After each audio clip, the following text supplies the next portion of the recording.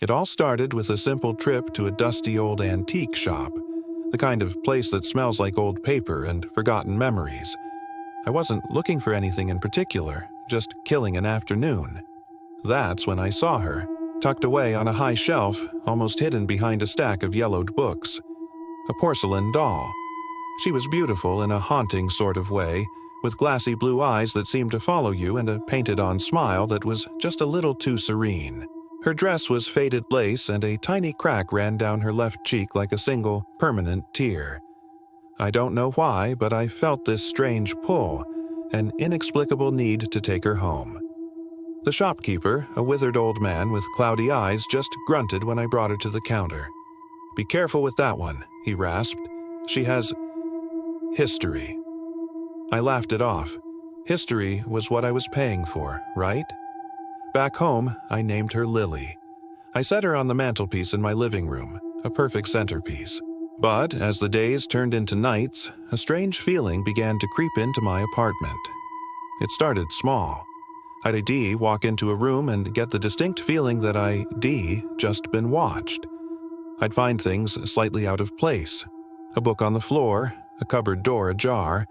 I blamed it on my own forgetfulness, on the drafts in this old building. But the feeling grew, a cold spot in the air that seemed to follow me. My cat, a normally brave little hunter, started avoiding the living room altogether, hissing at the mantelpiece before bolting under the bed. That's when my unease started to focus squarely on Lily. Her glass eyes seemed to have a new glint to them, and that serene smile. It felt less like peace and more like a secret she was keeping.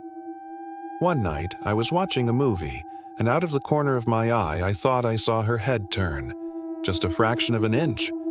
I froze, my heart pounding in my chest. I stared at her for a solid 10 minutes, waiting for it to happen again. Nothing. I told myself I was tired, that my mind was playing tricks on me, but the paranoia had taken root. I couldn't shake the feeling that I wasn't alone, that those porcelain eyes were watching my every move. The air in my apartment felt heavy, thick with a presence I couldn't see but could definitely feel. Sleep became a luxury. Every creak of the floorboards, every rustle of the wind outside my window sent a jolt of fear through me. It was just a doll, I kept telling myself, just porcelain and paint. But a part of me, a deep, primal part, knew that wasn't true. The breaking point came a week later. I woke up in the middle of the night to a soft thud coming from the living room. I held my breath listening. Silence. My mind raced. Was it the cat? No, he was asleep at the foot of my bed. I slowly got up, my bare feet cold on the wooden floor. I crept to the doorway of the living room and peered in. The moonlight streaming through the window cast long, eerie shadows. Everything looked normal, except for one thing. The mantelpiece was empty. Lily was gone. A wave of pure, undiluted terror washed over me. I fumbled for the light switch, my hand shaking so badly I could barely find it.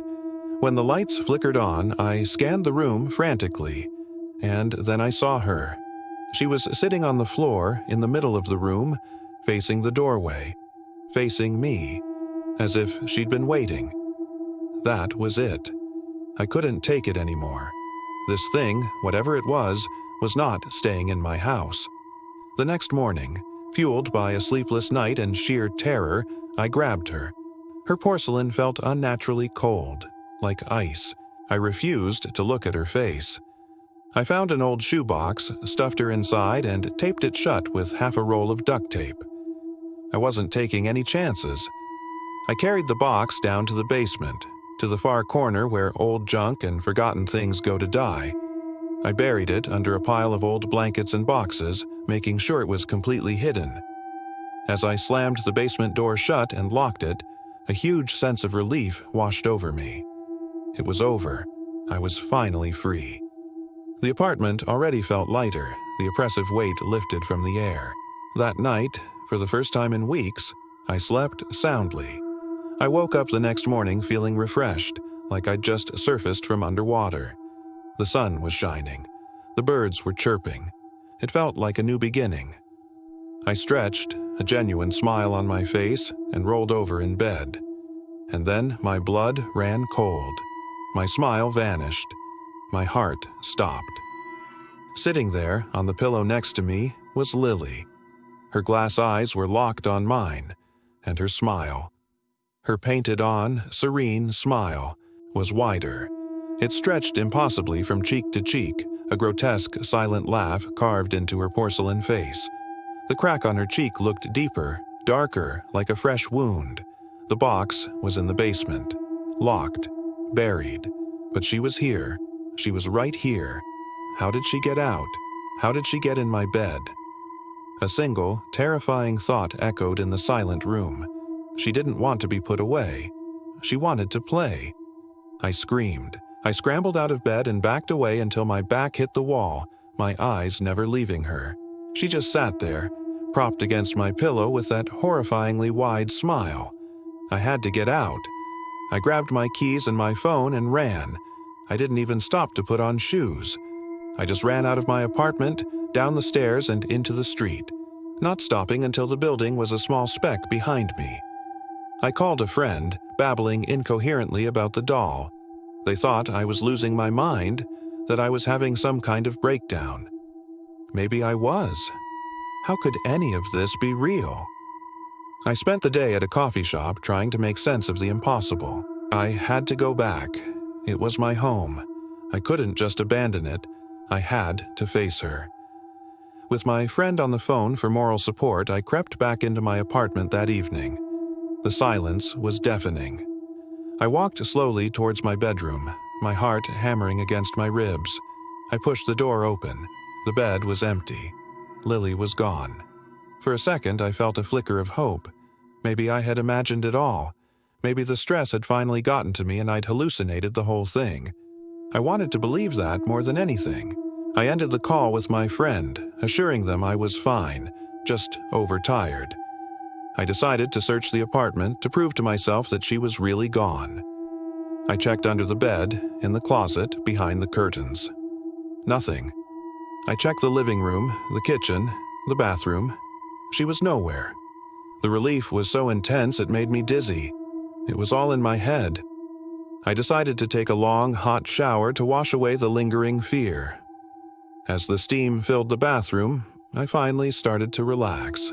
The water felt amazing, soothing my frayed nerves. I closed my eyes, letting the water run over my face. It was over. It was really over. After a few minutes, I turned off the water and reached for my towel. I wiped the steam from the mirror, ready to see my own tired but relieved reflection. But it wasn't my reflection that stared back at me. Through the clearing mist on the glass, a face began to appear. 2 glassy blue eyes, a horrifyingly wide smile, and a crack running down its cheek like a tear. Lily's face was in the mirror, her expression a mask of malicious glee. And then I heard it.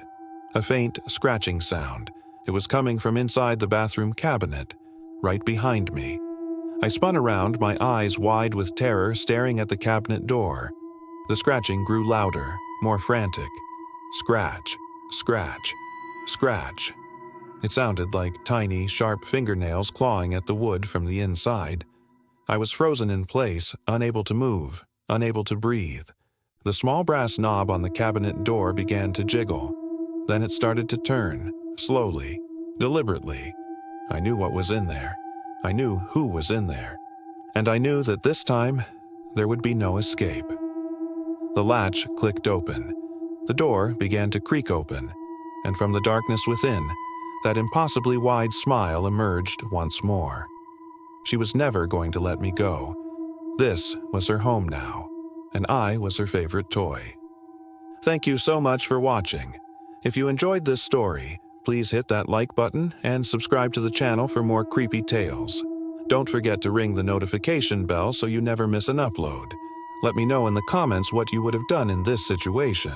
Stay safe, and see you in the next video.